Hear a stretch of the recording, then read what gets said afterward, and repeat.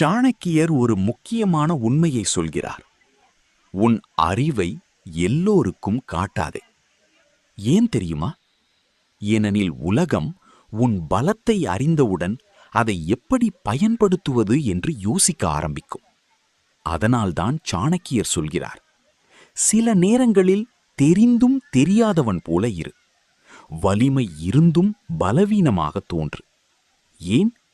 ஏனெனில் எதிரி உன்னை முழுமையாக புரிந்து கொண்டால் உன்னை வெல்வதற்கான வழியையும் கண்டுபிடித்து விடுவான்.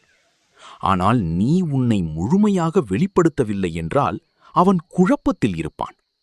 இதுதான் சாணக்கியரின் முதல் தந்திரம். உன் உண்மையான சக்தியை மறைத்து வை. இரண்டாவது, சாணக்கியர் கூறுவது, அதிகம் பேசுபவன் தன் ரகசியங்களை இழக்கிறான். அமைதியாக இருப்பவன் மற்றவர்